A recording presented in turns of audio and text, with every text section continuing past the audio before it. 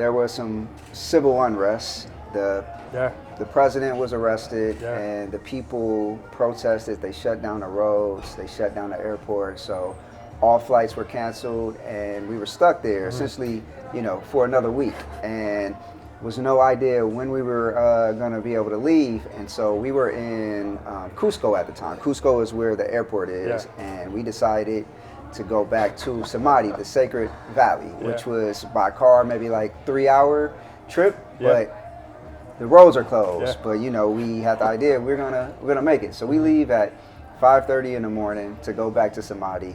We get in the car. Our driver, it's almost like Mario Kart, because he's driving full speed around all of the barriers. There's barriers in the road, trees. Like, the people just shut down the road for miles and miles and miles, right? And so we drive for like 20 minutes, and we stop, and we talked to a man on the side of the road. Our driver did. And basically they spoke in Spanish. Come to find out, it was a roadblock ahead. And so we got in the car, we drove, and we see this roadblock, and we stop, we get out to talk. And what happened when we got out to talk? In all the years I've been going down to Peru, there's always something going down. Yeah. But this was like a new level of something. Yeah. I haven't seen anything like that. So we get out of the car, and the reason why we got to go back to Sacred Valley is because a couple nights previous, we had to leave like super quick, and I ended up leaving all my stuff there. So I was like in my pajamas, right, getting everybody to Cusco to make sure that they could get on a plane and go to the airport. So I had to get back there to get my stuff, to get my wallet. So I heard that the only time I was gonna be able to get in was at a certain slot in the morning. And so at first I feel like we're good to go. Yeah. And it was funny because Keith was the only person I asked to go, because I felt like he was the only one that was down. It takes a little bit of street to like navigate civil unrest. And so we get down to this roadblock, and all of a sudden these people start running after us with slingshots and rocks. And so it freaks the taxi driver out. We end up hopping in the car and driving up the road a little bit. But then something inside of us just stopped and felt this calling to like go forth and go forward. Yeah. And I think that was just our intuition, and all those years of navigating crazy situations that was speaking to us and letting us know it was going to be okay. What was really wild is the taxi driver wasn't going back. Right. Because the farmers and the people who were protesting were against anything that was of the establishment. We start to walk towards this barricade of people, and the closer we get, at first we think it's like straight goons. The closer we get, we start to realize it's grandmas and grandpas. Man. Standing for something, standing for truth, standing against injustice.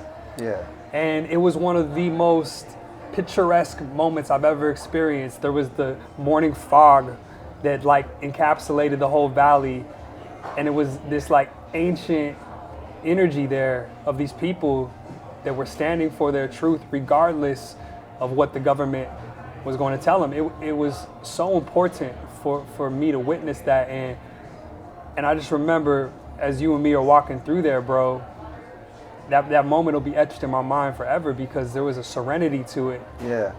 And an honoring. It was like a deep honoring to feel and experience like those people's plight. Just to go back, before we went, we walked through the crowd, and we were out of the car, a motorcycle pulled up. And so right. We made the decision, the only way we can get to Samadi is on a motorcycle. So we asked the guy if he had a friend. He left. He came back and he said he had a friend, but we had to walk through that same crowd of people who just chased us to get on a motorcycle. And I remember you asking me, like, what do you want to do? I said, shit, I'm down for whatever. So we put our backpacks on, and we basically like walked through, and like you said, it was one of the most beautiful things I've ever experienced, to see these people standing in solidarity together, like families, and we walked through. It was nothing but respect. We get on the motorcycles, we ride motorcycles. Long story short, at some point on the journey, I'm on the bike with this kid, Christian, 17-year-old. You're on the bike with the original guy, who's probably like in his 50s. Christian decides to speed up and get in front. So, and we're going around a mountain at the time. So Christian speeds up, we get in front of you guys. He loses control, boom, and we crash. The people are standing together. Power to the people. I stand with the Peruvians. When y'all hear the story of the journey me and my bro just took, man, it's literally like a movie. You're not gonna believe it. Then, as you can see, knee, legs is fucked up because knuckles fucked up. We got into a motorcycle crash. The young boy that I was on a motorcycle with, he just got a little overzealous and tried to speed up. Boom, fell. Had me a little dazed for a minute. Right after that, B's motorcycle fell. And so, you know, we just took a minute to regroup, got back on the motorcycles, and we was riding.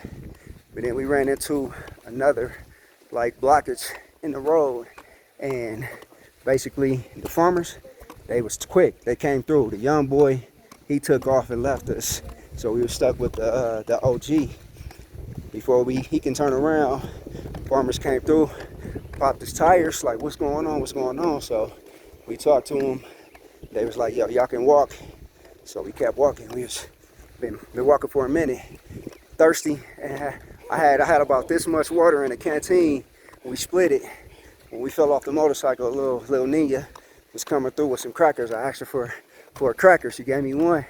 We split a cracker. So we left at like 5 in the morning, so we had no food. So all we had so far was half a cracker and like not even a whole swallow of water. So we kept walking, tried to get some rides for some farmers, but they sticking together. They like, no, we not jumping on the road. Seen some people farming their land, asking for some water. They loved us enough to bring us out some boiled water to drink to make sure it was like clean. And then they hit us with some strawberries. Yo, B. Fresh strawberries. How good? From the farm. Those Best strawberries I've ever had. What did that journey mean for you? What did you get from that?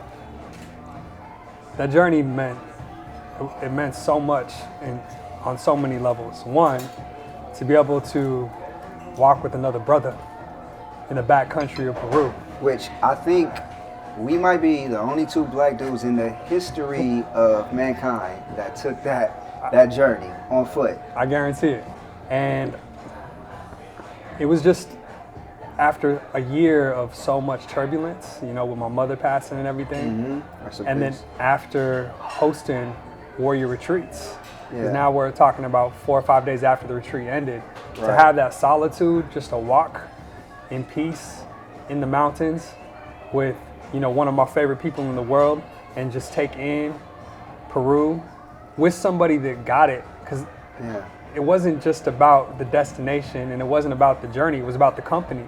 Yeah. It could have been some weird person and it would have been a whole different thing journey, bro. That couldn't even have like appreciated the beauty of it. And I don't know if you felt like this, but it felt like the closer we got to the destination, the stronger we got, the more excited we got, the more empowered we got, bro. Right? I remember like walking and you pointed to the mountains and it was like a group of trees and you're basically like, we just got to make it to the other side of that. That's where the resort is. And so what I got from it was that no matter what, just keep your eye on the goal, the prize, and keep stepping forward, and you will make it there. Yep. But I want to know, like, what was something that you took away from that?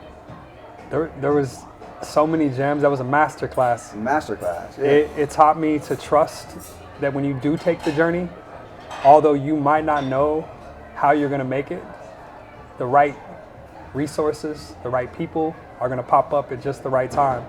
It was just a reminder again and again that when we have the goal in mind, the destination in mind, the vision in mind, the path is not always going to be clear, and that's what makes the path incredible. That's what makes walking towards our goals, dreams, and visions so beautiful, is the adventure of it, is the courage to step into the adventure and then trust whatever comes, and that whatever we need is going to appear. And so it was a reminder just to trust the journey. Feels so good. That was a spiritual journey, and we can see the promised land right there in the background. So we close. We made it to the destination. Don't fucking take your eyes off the destination, ever. Keep walking forward. If nobody help you, you keep walking forward. At some point, you're gonna get what you need.